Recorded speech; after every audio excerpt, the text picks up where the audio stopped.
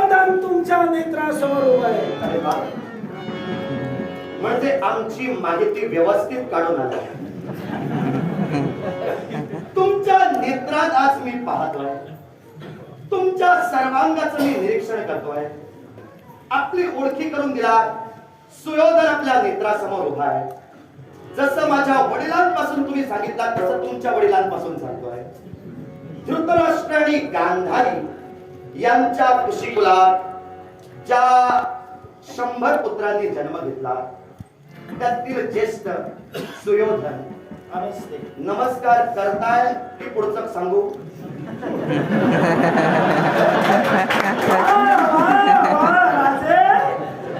सुंदर बोलला. मी सुंदरच बोलतो. याला कारण आहे अपेक्षा तुमच्या वाढल्या. मी नतमस्तक होणार की नाही इतर शंकेची पाळ मनात चुकचुकली. जर का आपण एखाद्या जवळ अपेक्षा करतो तर दुसऱ्याची सुद्धा अपेक्षा पूर्ण करणं एवढी तयारी माणसानं ठेवावी. कळलं असेल मी काय बोललो, मला काय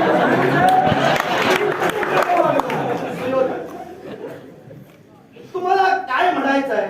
ऐका ऐका, तुम्हाला काय म्हणायचंय हे माझ्या बुद्धीनुसार मला कळलं, पण आता बोललो तर इथंच सगळं संपेल. सांगा. ऐक, मी नमस्कार करतोयस का असं विचारल्याच्या मुळाशी कारण आहे. काय? कारण राजकुमारांचा शिष्टाचार असतो.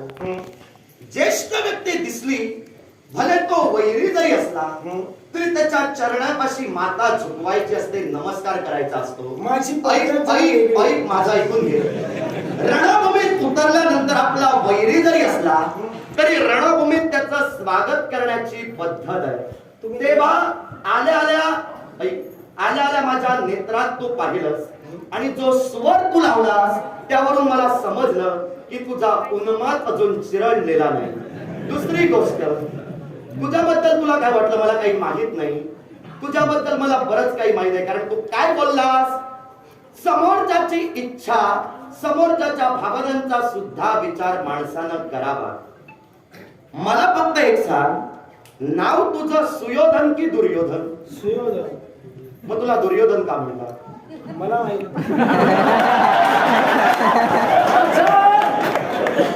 माझ्या आई बापानं नाव माझं सुयोधन ठेवलं.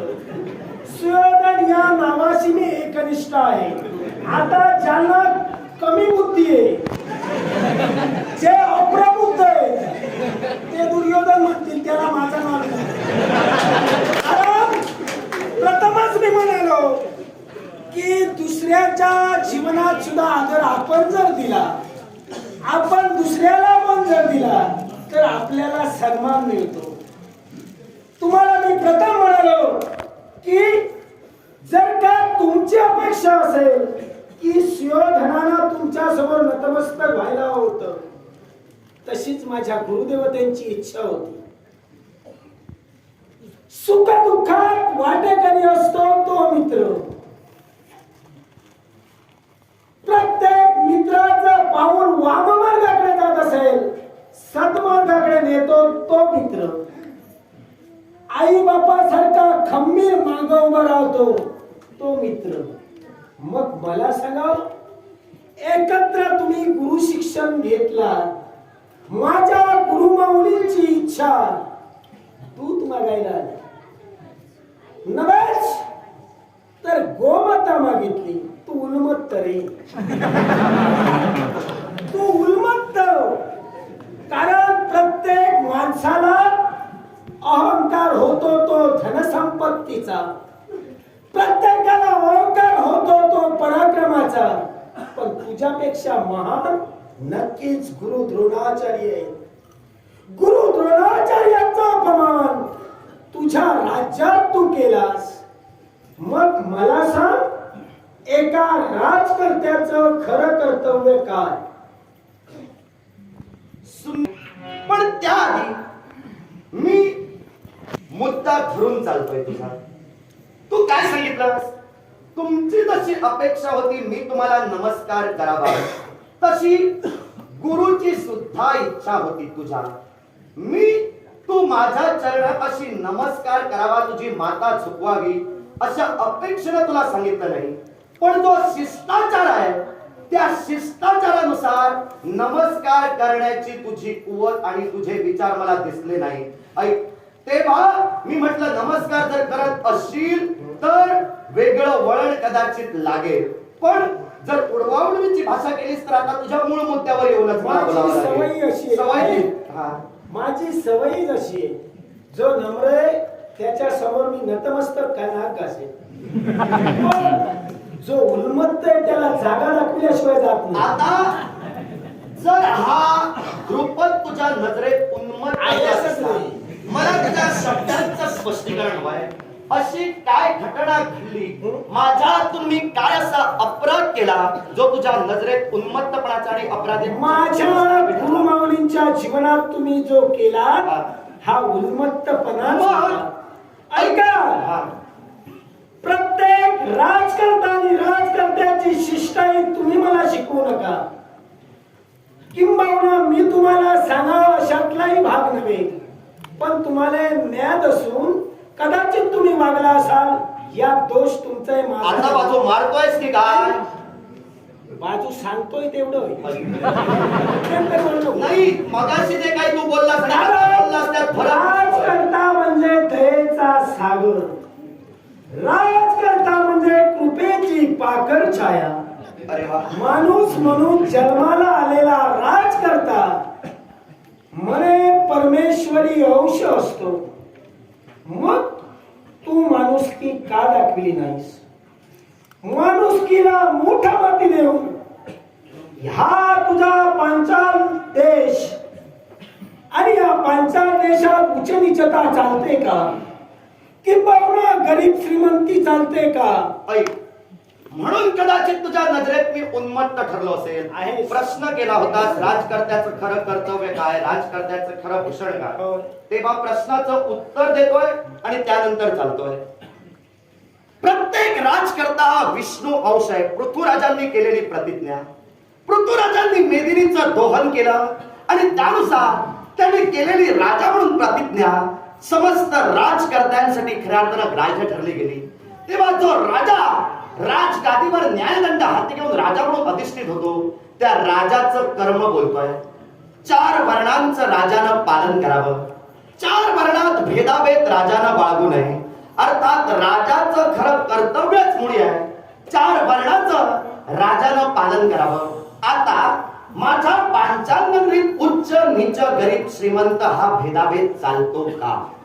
माझ्या राज्यात उच्च नीच गरीब श्रीमंत श्रेष्ठ कनिष्ठ हा भेदाभेद चालत नाही. पण तुझ्या गुरुबाबत ती कृती मला करावी लागली याच्या मुळाशी कारण तसं होतं. कारण काय तर तुझा गुरु माझ्यापर्यंत ज्या उद्देशाने आला होता तो उद्देश मला त्याचा रुचला नव्हता. का रुचला नाही याच्या मुळाशी कारण होतं. ज्यावेळी पांचाल नगराच्या राजप्रासादी द्रोणांनी म्हणजे तुझ्या गुरुंनी पावलं टाकली त्यावेळी त्यांना एक गाय फक्त माझ्याकडून हवी होती. तेव्हा त्यांना ती गाय देण्यासाठी मी नकार कधीच दर्शवला नव्हता.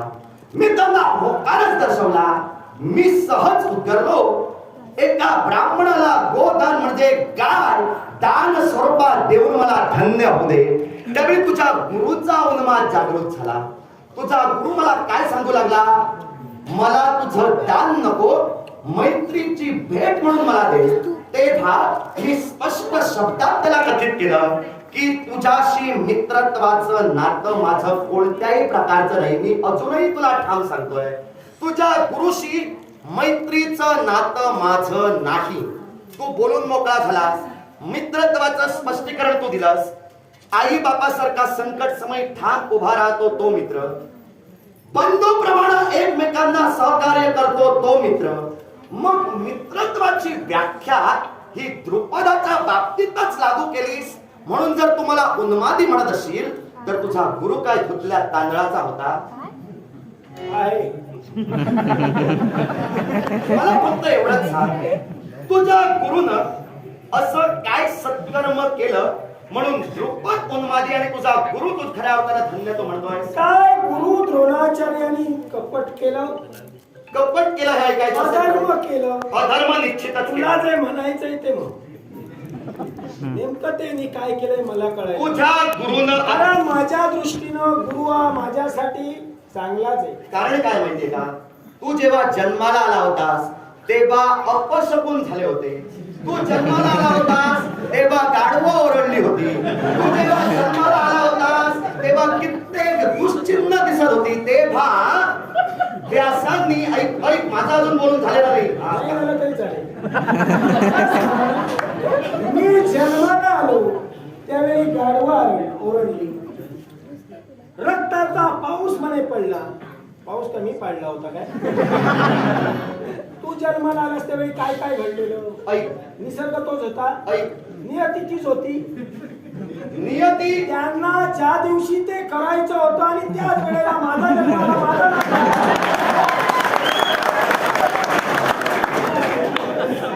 नियती कुणासाठी थांबत नाही, लक्षात ठेव. सुयोधन तू नियतीवर जाऊ नको आणि कुणाच्या वेंड्यावर असू नको. काहीतरी सांगून बाजू काय मारू. काय बाजू?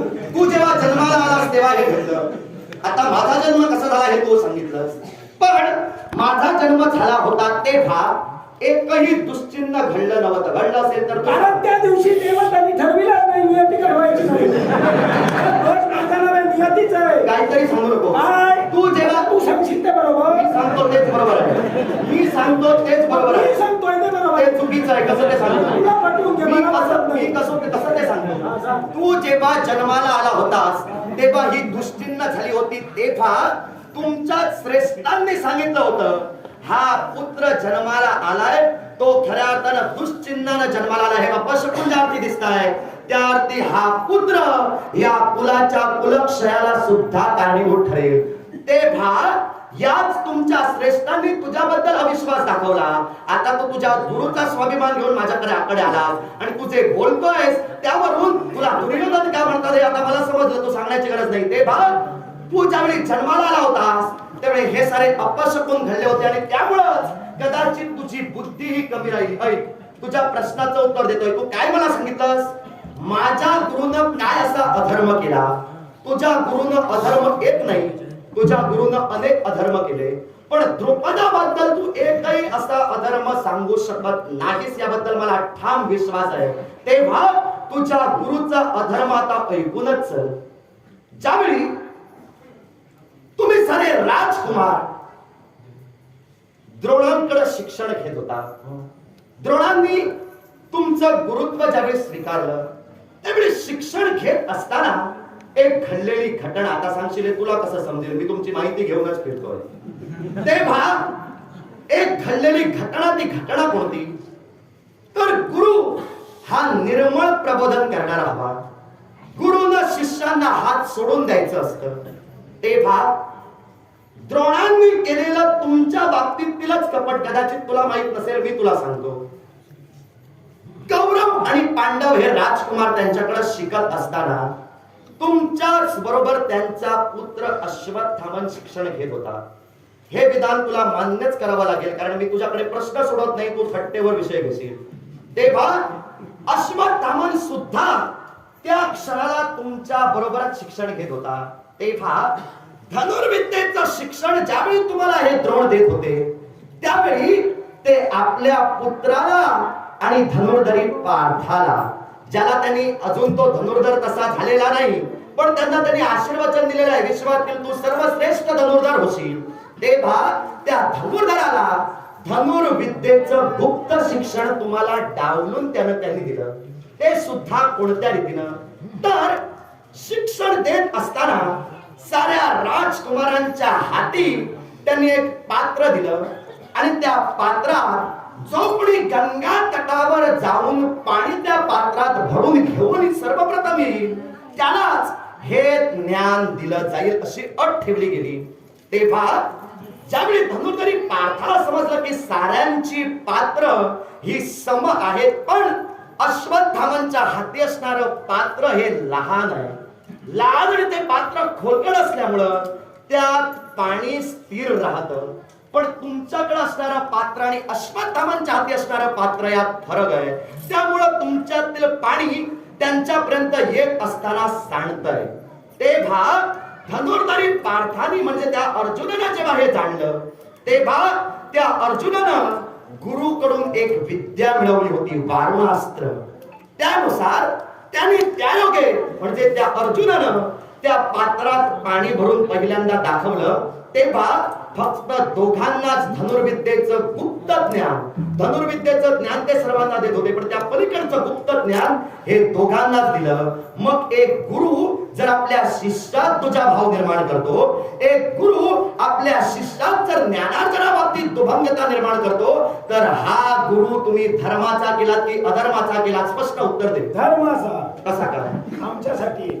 अरे पण तुझ्या बाबतीत त्यानं काय केलं? काही करू दे. म्हणजे तू अप्रबुद्ध आहेस. म्हणजे तू अप्रबुद्ध आहेस. असू द्या.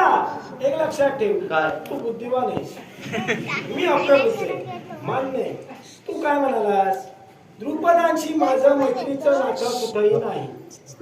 मग राजे द्रुपद, तुम्ही शिक्षण कुठं घेतलं?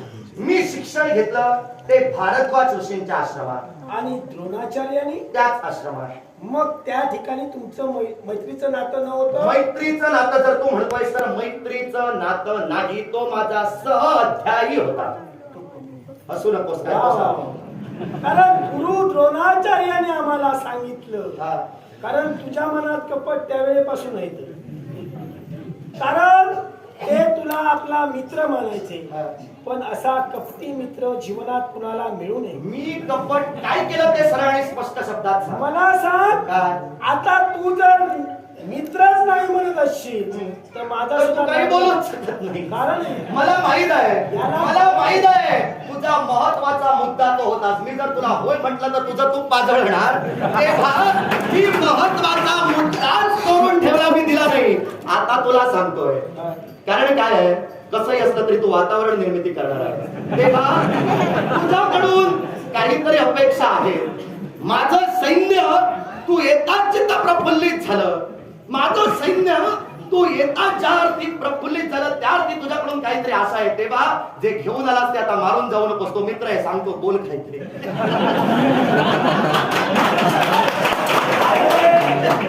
आहे की बोलतोय? मित्र आहे की नाही? मी माझं मत तुला स्पष्ट सांगितलेलं आहे. मित्र नसेल तर मला बोलायचं नाही. मला एकच म्हणायचंय, माझ्या गुरुमाऊलींचा तुम्ही अपमान केला. राजा म्हणून तुम्ही जर त्यांना अपमानित करू शकता, एका गरीबाला जर का तुम्ही मदत करू शकत नसाल, तर माझ्या दृष्टीनं तुम्ही राजा म्हणण्याच्या योग्यतेचे नाही. मग माझ्या दृष्टीनं घडलेला प्रसंग सविस्तर न्याप करण्यापूर्वी टीका करणारे तुम्ही आधी राजकुमार या पदाला पात्र नाही, कारण मी त्याला दान देण्यासाठी नाकारलं नव्हतं. पण तो द्रोण उद्गारला, मला तुझं दान नको, मला भेट हवी आहे. एका ब्राह्मणाचं कर्म बोलतोय, ब्राह्मणाला दान स्वीकारायला लाज वाटता कामा नये.